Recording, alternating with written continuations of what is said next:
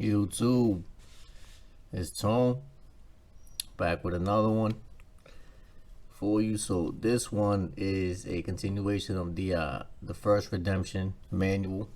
And this is gonna be a quick one. This is essentially a quick little excerpt from the book on public versus private. And so let's get right into this shit here. So what do we got? So private versus public. So there are only two types of jurisdiction. Excuse me. There are only two types of jurisdictions in this entire universe: that which is private jurisdiction and that which is public jurisdiction. Everything inside your body is private because only you exist there, and it is a very sanitary environment. Everything outside of you is the public jurisdiction and is full of filth. It is like when the scriptures say sweat and blood. Well, that is both jurisdictions. Sweat is public because it shows how much work has been executed to your cells and blood. Your cells and blood is internal and is a fluid operation that gives life. All rights come from the rights of privacy. And the public, as for most people involved in the good fight of the faith, have come to a great understanding of public court. Don't ask the devil to cast out the demons. For those of you that haven't realized that court is a waste of your time, keep going. And and that's the shit too, man. Like I don't even try, And so another thing too, like I wasn't trying to be rude the other day when I made that post about people hitting me up when when they got like 3 days that they got to get to court and they're panicking and they're hitting me up for like this silver bullet and shit that doesn't fucking exist. It doesn't fucking exist.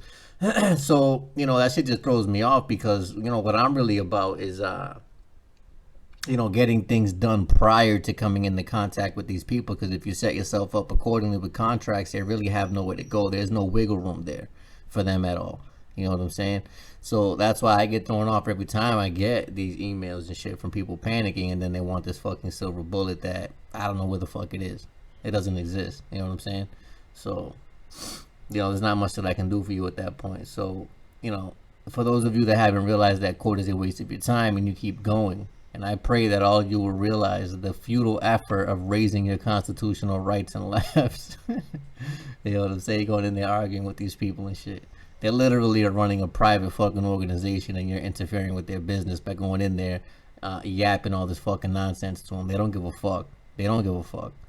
They own a private business and they're trying to get some money and shit. You go there and you entertain that nonsense, and you're gonna be at the mercy of these fucking retards over there, bro. So that's what it's up to you. I understand sometimes you don't have a choice. Sometimes they kidnap you and they bring you in front of this dude with a black dress on and shit. You don't know what to do. I get it. But how do you expect to know what to do if you never study? You know what I'm saying? If you never read about it. So that's how that works. So what do we got here?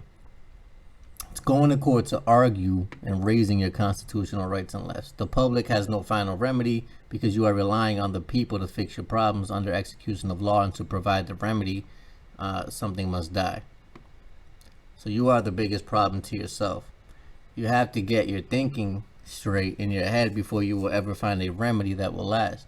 Only you can provide your remedy. Don't ask the public to save you from themselves. And that's the thing too. That's like kind of the thing with the Jesus and God and all that too, right? And he's like, oh well, you worship me and I'll save you and I'll make sure that you're safe and you can come to the other side and live in paradise and shit. Oh, but what if I don't worship you? Oh, then I'm gonna kill you. Really, bro? Really? So you want me to worship you to save you from you? Really, bro? The fuck out of here. How about that? So remedy can only be found in a private jurisdiction, and that means in a sanitary environment, being your skull. The public jurisdiction is full of instant gratification and lascivious wealth. It is saying you can't fix others until you fix yourself. Well, you are the solution to all your problems.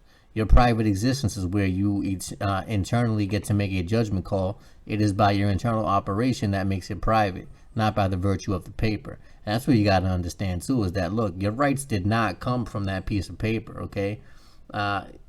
Somebody had to have already had those rights to have put them on that piece of paper to begin with. They don't come from that piece of paper. They only make reference to your already existing rights. They don't come from that piece of paper, because if that was the case, What would you do if somebody set that piece of paper on fire? Then what? Then where do your rights go? Do they go up in smoke?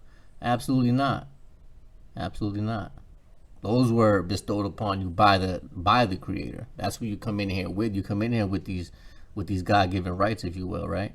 So you're gonna tell me that another man's gonna come and try to take that from you? Of course they're gonna come and try to take that from you, but you can't take something that's not tangible. You know what I'm saying? That's the right that I have. That shit is in my soul. So at what point do you think that you can just come and tangibly, physically take that? You can't. It doesn't exist like that.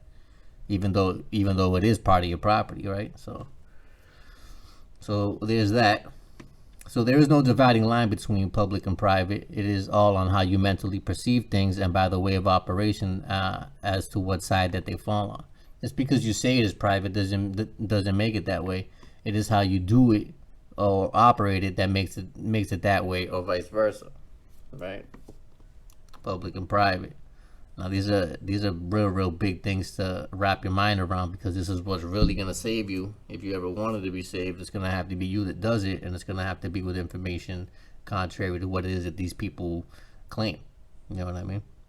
Because really, I mean, their whole game, that shit is flimsy at best, sketchy at best, to put it like that. They built that shit on a fucking beach sand foundation, I'll tell you that. So when things enter the public, they seem to get spun way out of control, probably with the downward spiral of the public debt. To say it is private doesn't necessarily mean that the information is restricted for negative purposes. Probably only that to release the information into the public would corrupt it, because the people can't responsibly cope with their newness of liberties that come with the private understanding. And that's a fact too. And so there is a veil over their hearts. A veil is an anagram of evil. Okay? So when the veil gets lifted, the evil gets lifted. The veil, there's no such thing as evil. There's things that are hidden, and then there's things that are not. So veil would be evil, hidden would be evil, secrets would be evil, right? So over their hearts.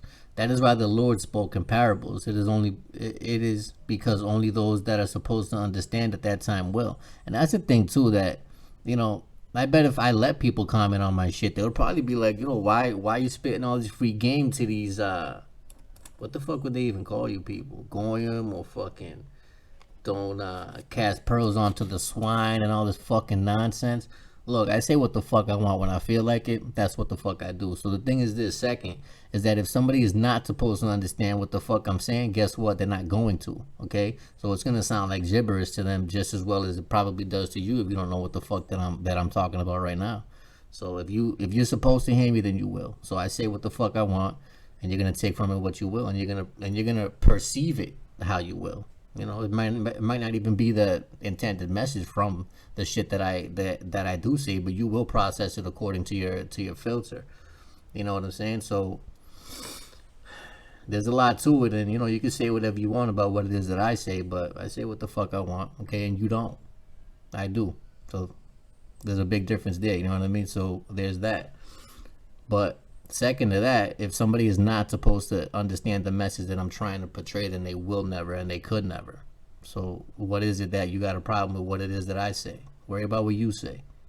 Okay? So Moses from Mount Sinai first brought down a higher law, private side, and when he saw the people living in such terrible lives, worshiping the golden kafir, right? The kafir that they put all their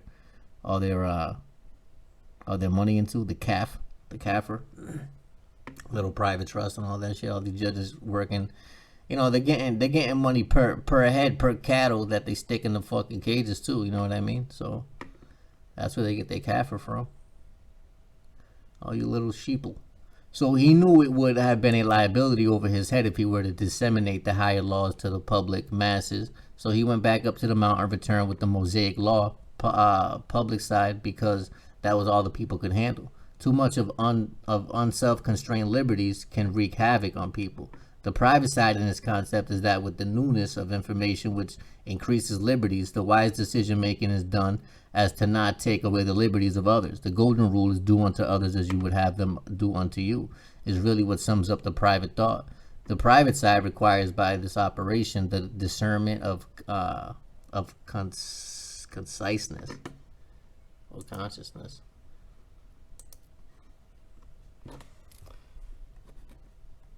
So let's see. We got one more page here. Let's get into this real quick. So if you owe anybody money, you are public. So public debt. That shit is all the obligation of the United States Treasury, all public debt, okay?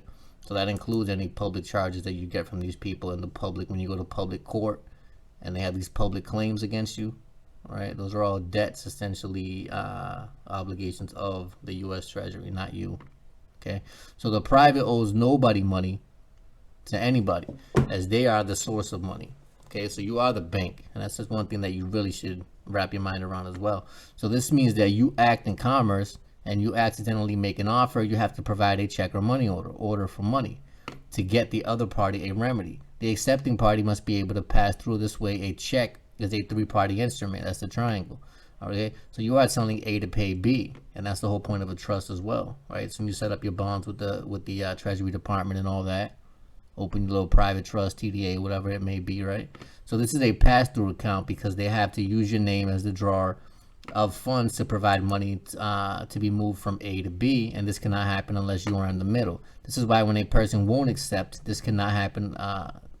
This is why when a person won't accept and provide a remedy, they lose their exemption with you because you can't pass through their account to get their exemption, and they don't let you pass through their account to get paid. And they lose their exemption until they settle with you. This means you get a letter, either a demand, something from you, a public acceptance, which provides no remedy, or an acceptance letter of your action. A request or an acceptance for value, both of which are trying to use your name to get their remedy, right? That's identity fraud for one. They're over here, stamping your name on all these pieces of paper without a contract. That's identity theft for sure. You know what I'm saying? So when it is accepted, because do you walk around stamping their name on shit? Probably not. You know what I'm saying? Come on. So that's because I'm not authorized to use your name. So at what point were you authorized to use mine? You know what I'm saying? So when it is accepted, the claim made against you was returned to pay for itself. Because we live in a public policy, you cannot be obligated to pay. The most that we can do is accept the paper as though it had value and turn it back on itself, because that is the extent of the obligation that public policy allows. When you accept an offer, the offerer must also allow it to pass through his account by his acceptance of your acceptance. When he has done this, he has technically accepted a bill drawn against you and returned it to you for negotiation. Now that both parties have accepted what has happened, neither party owe each other anything, because the original acceptor returned the claim for full settlement and the offerer accepted the return. The debtor has, and even if they reject your offer for payment, if you even want to call it that, or your attempt to settle the matter, right, properly, if they refuse to tender payment, then that is what do you call it? It's going to be discharged. It's the same thing. If they reject because they can't demand any certain species of currency. So if you were to serve them with a promissory note, bill of exchange, or something of the like, and they go ahead and say that they can't fucking accept that, well, then they can rub it on their chest, because that technically is discharged at that point. They're not in a position to demand any certain species of currency at all, ever. That shit's actually against the law. So when a person continues to dishonor, he is not allowing his exemption to pay for the request, and they don't settle with you. They become public. It is all based around public policy. Bottom line is we cannot be obligated to pay a debt. The most we can be obligated to do is write up to payment, which means acceptance and return. You have to do all you can, acceptance and return, and then after that, mercy comes in, being grace, because it is your exemption that makes the payment. It is your inability to pay that pays for it. And because there is no money, how do they expect you to pay for it? The one way that you can, A4V, bill of exchange, promissory notes, money orders, etc. Okay, that's the coin of the realm. So what do they expect? The only way to sum up everything that is outside of your body is to call it the industrial society. It is all public work, commerce, both fiscal and calendar years, proprietors, corporations, trusts, banks, car dealerships, manufacturers, the court, mutual funds, your friends, nightclubs, and the like. It is all industrial. It is all commercial. Everything is commercial, and everything is a tax, and taxing is illegal. It's illegal to be taxed. So you can get that shit all back. Once you learn the rules to the game. The rules to the game.